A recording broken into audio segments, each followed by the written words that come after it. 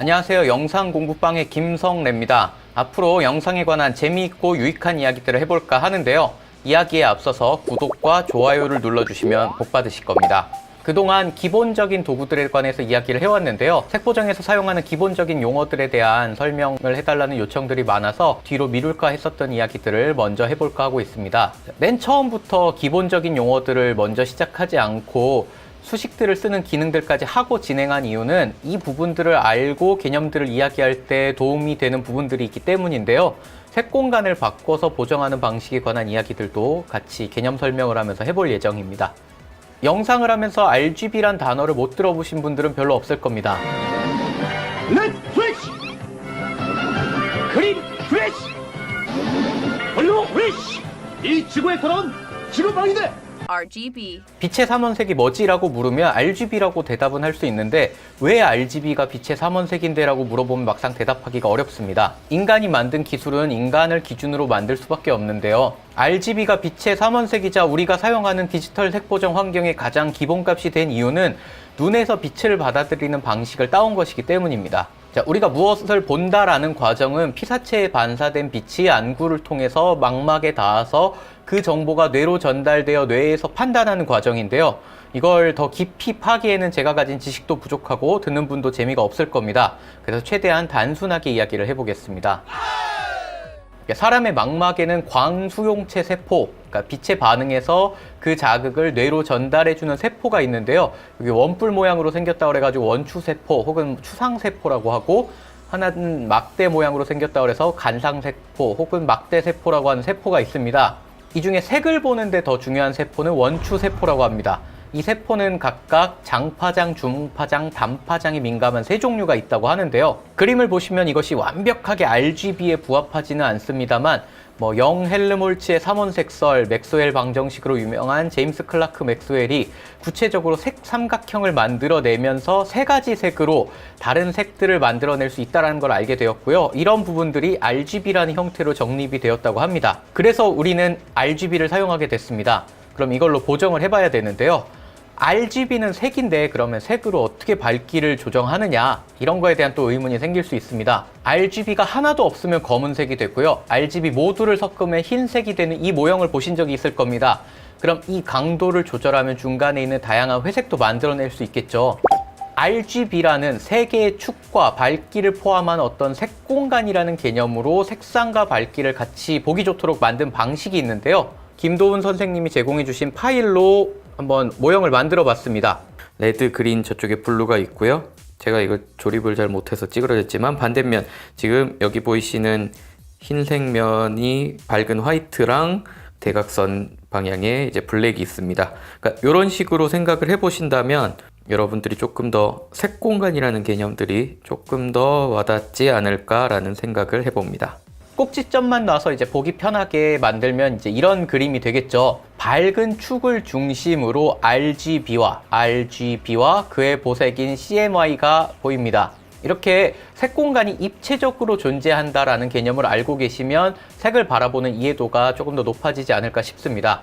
여기서 조심하셔야 될 부분은 이 모형은 어디까지나 시각적인 이해를 돕기 위해서 이상적으로 만들어진 형태라는 겁니다.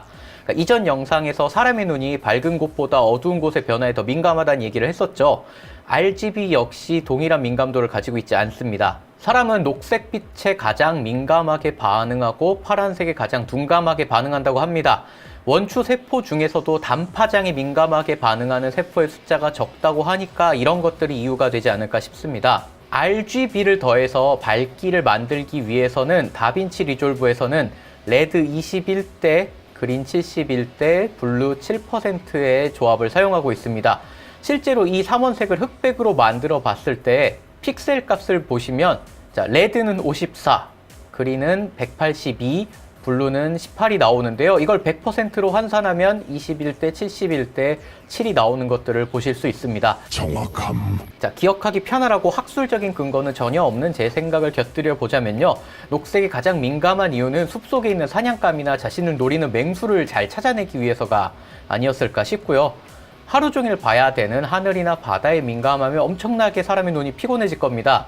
그러다 보니까 여기에 둔감해졌고, 중간쯤 되는 붉은색 파장은 이제 혈관을 통해서 나오는 사람 얼굴의 색이죠.